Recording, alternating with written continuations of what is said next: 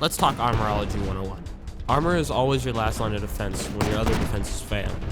But no matter what, armor is always secondary to active defense. This comes in the form of maneuverability, CWIS,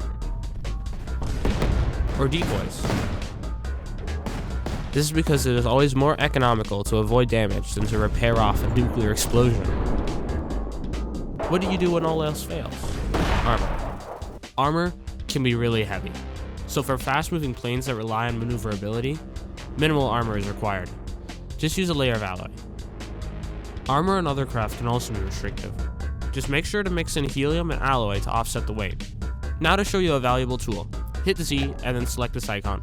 Selecting it will allow you to see the stats of the block that you are looking at. Armor stacking. Armor stacking is an easy way to make your armor more effective without any additional cost. Each armor block has its own armor boost, providing additional armor to the block in front of it. Armor stacking is very useful internally and externally, allowing you to create a strong outer shell or an extremely tough air gap. Air gaps. What are they for? Well, their main use is to stop HESH and heat, but they also have other benefits. Both HESH and heat use their own methods to bypass the first layer of armor.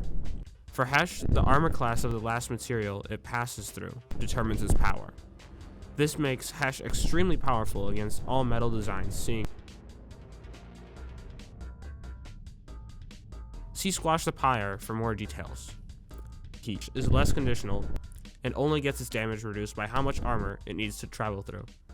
Both HESH and heat spawn fragments, which are like miniature AP shells.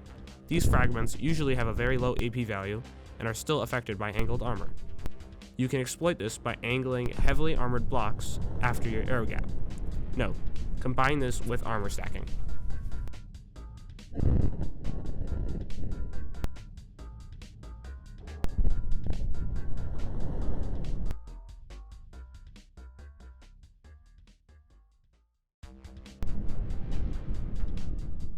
Angling is possibly the freest defense. Making certain shells impact your armor at an angle will reduce their damage or possibly ricochet.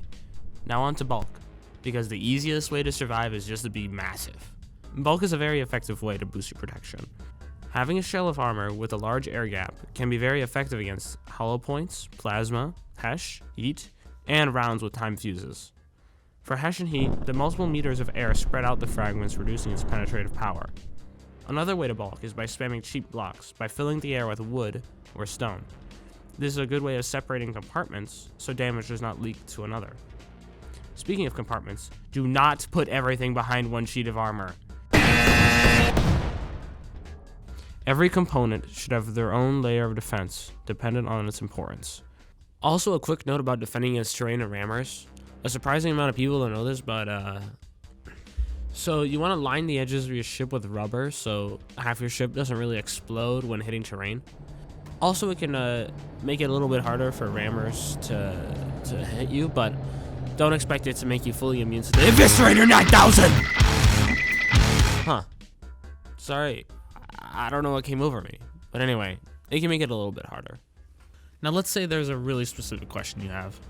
Not just about armor, but anything from the depths. Only if there was a... Oh, yeah, the FTD Discord. Just travel into the help channel, and there will be a lot of kind people there to answer your stupid questions. Also, remember to be kind. Just show some courtesy and appreciation for them lending out a helping hand.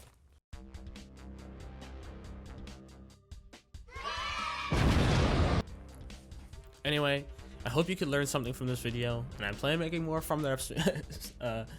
Also, I plan on making more from the depths content, so you could look forward.